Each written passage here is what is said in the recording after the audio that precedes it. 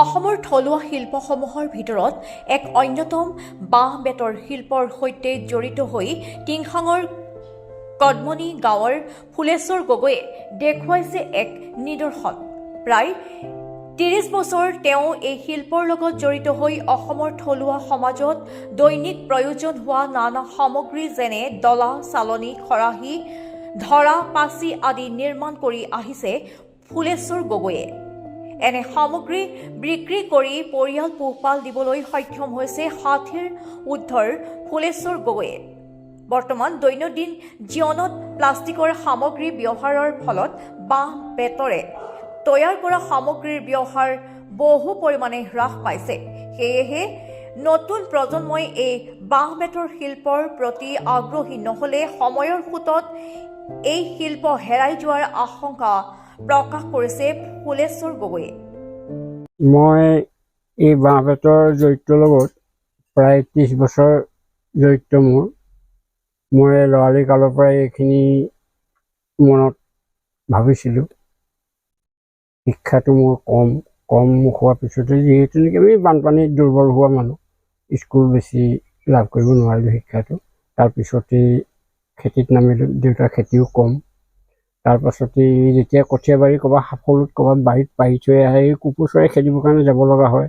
যাওঁতেই মানে তেতিয়া পুৰণা তুঁহবোৰ খুলি পাটিদৈ টঙাল তোলাই ঠিক তেনেকৈ তাৰ চাপে চাপে বহাই মই প্ৰথম মোৰ আৰম্ভ বাঁহ-বেতৰ কামবোৰ তুঁহটোৰ লগতে জড়িত। প্ৰথম তুঁহত শিকিছিলোঁ। এতিয়া বহুবোৰ কামেই মই কাম কৰোঁ, কিন্তু এটাই বস্তু নবনাওঁ আৰু দোণটো নবনাওঁ। তাৰ বাদে প্ৰায় বাঁহ-বেতৰ বস্তু মই বনাওঁ। আজি প্ৰজন্মও যদি মোৰ ওচৰলৈ কোনোবা আহে, কোনোবাই টঙাল দুডাল গাঁঠি শিকাই দিয়ক, কিবা কৰক বুলি ক'লে মই বৰ ভাল পাম। আৰু আজিলৈকে মই চৰকাৰৰ ওচৰত অৱশ্যে হাত মেলাও নাই বা ক'ত কি মই নাজানো।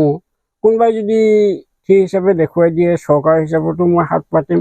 ওচৰতে আমাৰ বহুবোৰ স্কুল আছে, স্কুলবোৰো যদি মাতি নি ল'ৰা-ছোৱালীবোৰক শিকাবলৈ কয়, মই খুব আগ্ৰহী, মই ভাল পাম।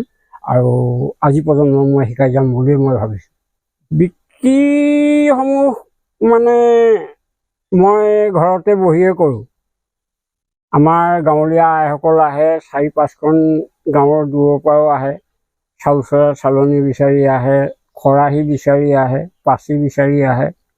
ঠিক এইদৰে তেখেতলোকে আহি ঘৰত চাহ তামোল খাই কথা দুষাৰ পাতোঁ, গাঁও জ্ঞাতিক খা খবৰ লওঁ, ভাল লাগে।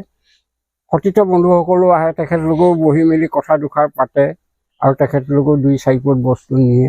মোৰ দাম দৰৰ লগত বিশেষ মোৰ বৰ জড়িত ধৰা বন্ধাৰ কথা নহয়। বজাৰত যে এইটো ৰেট, মই এইটো পাব লাগে সেইটো নকওঁ। ২ টকা কম ৰেটতো পায়, তেখেতলোকে মোৰ ঘৰৰ পৰা চাহ তামোলো খায় আৰু বস্তুটো দি ভাল লাগে। কাৰণ কেলৈ মোৰ আমেজ এটা এইটোৱে, কথা দুষাৰ পাতিবলৈ ভাল পাওঁ। ঠিক এইদৰে চলি কৰি পৰিয়ালটো চলাই আছোঁ আৰু।